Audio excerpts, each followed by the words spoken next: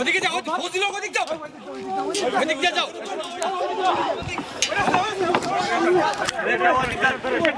যেভাবে খেয়াল রাখো, কেউ ধরবেন না, খালি মার করে না। এদের এখানে অনেক কিছু আছে। ওয়েট ওয়েট,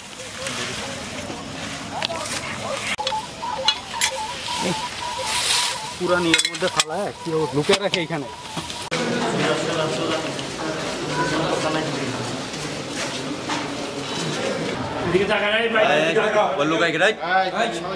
সামনে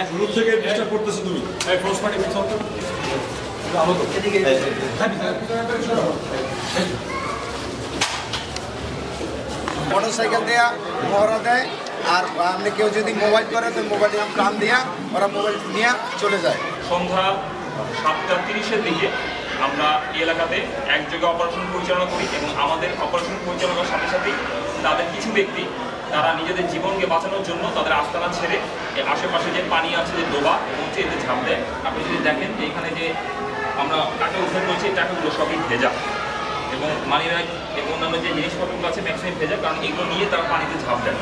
পানিতে ঝাঁপ দেওয়ার পরও তাদের একটা বিশ্বাস ছিল যে তারা এখান থেকে পালিয়ে যেতে পারবে, বা তারা আনফর্চুনেটলি যে সেনাবাহিনী অপারেশন যখন হয় তখন আমরা অপারেশন এমনভাবেই করি যাতে পালানোর পথটাকে আমাকে বন্ধ করে দিই। তো আমরা যখন তাদেরকে উদ্ধার করে নিয়ে আসি এবং তাদেরকে সবাই যখন আস্তানায় অভিযান পরিচালনা করি তখন অনেকটা আমাদেরই চোখটা কপাল উঠে যাওয়ার মতো অবস্থা হয়, কারণ আমরা আশা করছিলাম যে এখানে আমরা দেশীয় অস্ত্র এবং অন্যান্য অস্ত্র পাবো।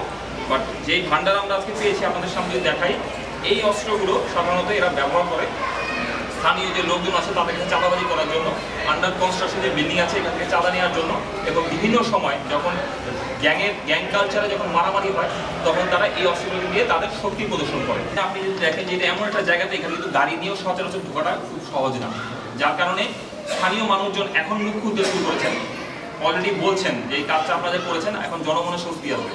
বাট এই কাজটা আমাদের বিভিন্ন জায়গাতে আমরা চলমান দেখেছি।